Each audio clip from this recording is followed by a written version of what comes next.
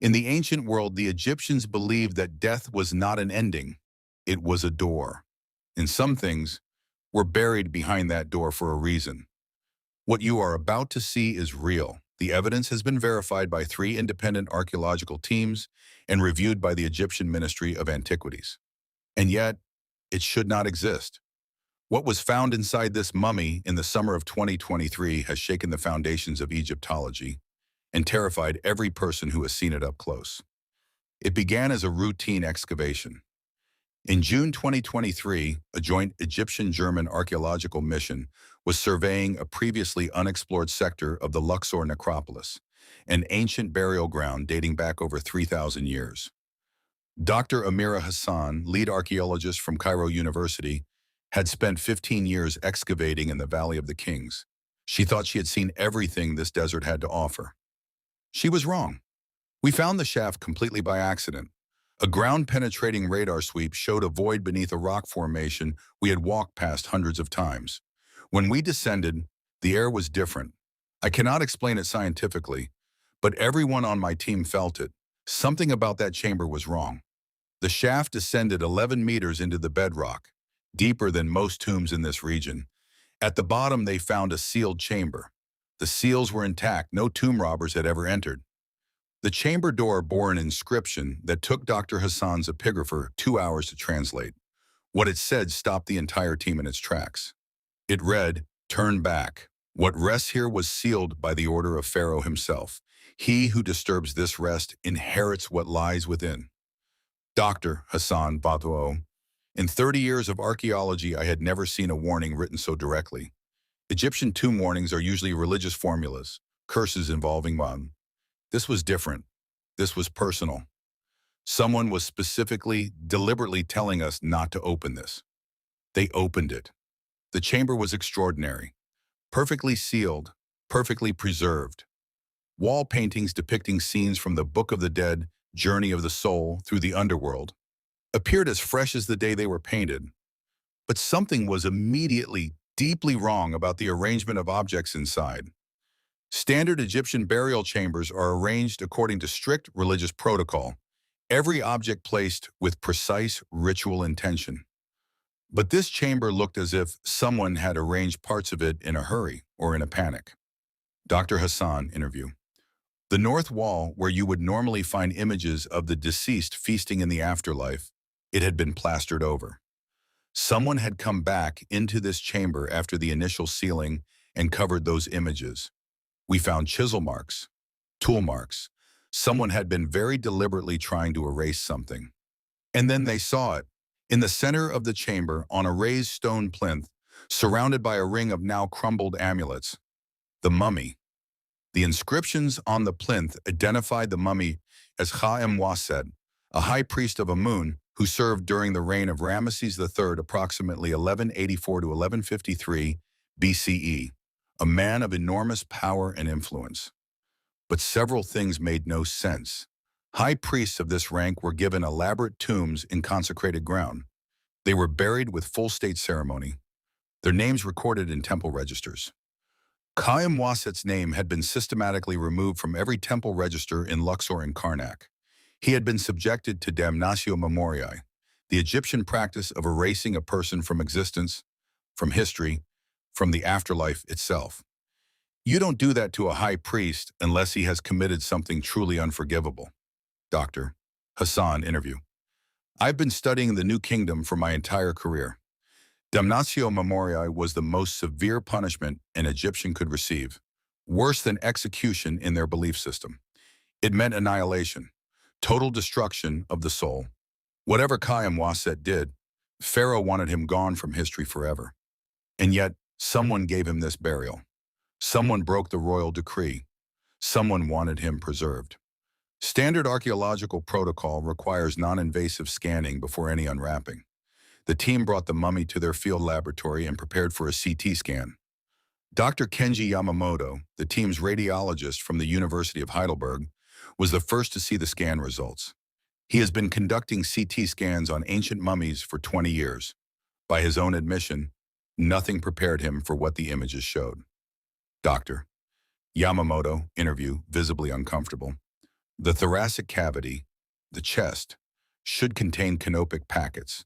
That is normal. What we saw instead were objects, dozens of amulet-sized objects packed tightly around what appeared to be an additional skeletal structure, a small one. Inside the mummy's chest cavity, where the heart and lungs had been removed according to standard mummification practice, the CT scan revealed 78 individual amulets, and nestled among them at the precise location of the heart. A second skull. The skull belonged to a child estimated to be between 4 and 6 years of age. It had been placed with extraordinary care, deliberately positioned over where the priest's heart had been, and it had been there for 3,000 years. Forensic analysis of the skull revealed additional details that left the entire scientific community struggling for explanation.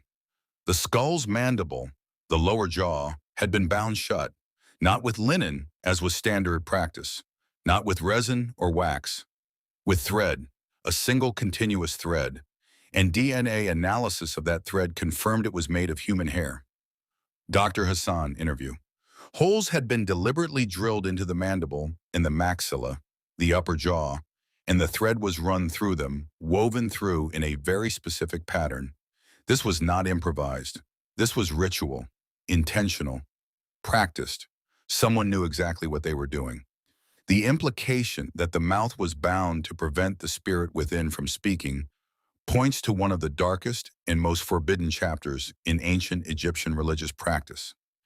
Ancient texts recovered from the Temple of Amun at Karnak, texts that had been classified by Egyptian authorities for decades due to their disturbing content, describe a ritual called Ibket en Nefer, the binding of the innocent heart. It was not merely forbidden. It was considered so dangerous, so cosmically transgressive, that even mentioning it by name in writing was believed to cause harm.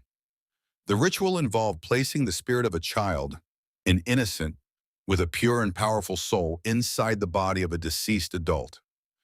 According to the text, the child's spirit would serve as a guardian, a protector, a weapon against forces that might disturb the adult's rest. The mouth was bound to prevent the child's spirit from crying out, from calling for help, from escaping. So, the child was not dead before the ritual began. The text suggests they were sedated with lotus and hemlock, then rendered mute, then sealed. 3,000 years later, a child's skull still sits inside the chest of the man they were forced to protect. Their mouth still bound, their spirit, if ancient theology holds any truth at all, still trapped. Dr. Hassan's discovery prompted a global review of archaeological records. What the team found when they looked was not reassuring. 3 other mummies, found in different decades, in different countries, stored in different museums, showed identical anomalies on re-examination. A secondary skull, placed at the chest with the mouth bound. The first was found in 1928 in Sudan. The archaeologist who discovered it documented the skull, noted it as unexplained, and the record was filed and forgotten. The second was discovered in Syria in 1974. The excavation team reported it to local authorities. Within a week, access to the site was classified, the mummy transferred, and the team leader, Dr. Farouk al-Sadiq, resigned from archaeology altogether. He refused to speak about it until his death in 2001. The third was found in the Cairo Museum's storage archives in 2019, a mummy that had been in a crate, unstudied, since 1903. CT scans showed the same configuration, the same thread. 4 mummies, 4 different sites, 4 different centuries of discovery, 1 identical ritual, and in all 4 cases, the mouth bound shut. One team member, a German archaeologist in his 30s, has not spoken publicly since the excavation. He declined all interview requests.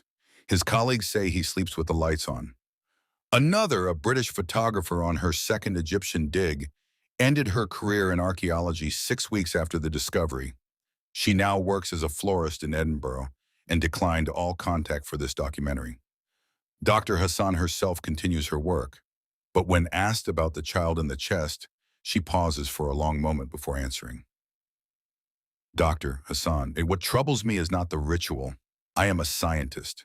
I study human behavior across millennia. And human beings are capable of extraordinary things. What troubles me is the child. That somewhere 3,000 years ago, a child existed. They had a mother and a father. They had a name, and they were chosen for this. And no one in 3,000 years of history went looking for them. Until now. For the scientific community, the physical evidence is clear. A child died violently, ritually, and was deliberately placed inside the body of a high priest. The thread is human hair. The positioning is intentional. The amulets were placed with care. For the religious community, both modern practitioners of Kemeticism and Islamic scholars with authority over Egypt's cultural heritage, the find represents something that should, ideally, be resealed and left alone. The Egyptian Ministry of Antiquities has refused to comment on the ritual aspects of the find. The mummy of Ka-Mwaset and the child's skull are currently being held in a secure facility in Cairo. Access is restricted. Ancient Egypt built its entire civilization around one idea: that death was not permanent, that the soul could survive, endure, and eventually reach paradise. Somewhere inside that belief system, someone found a way to weaponize it, to trap a soul, to use it. The child in the chest of the high priest of Amun has been waiting for 3,000 years. We still don't know their name.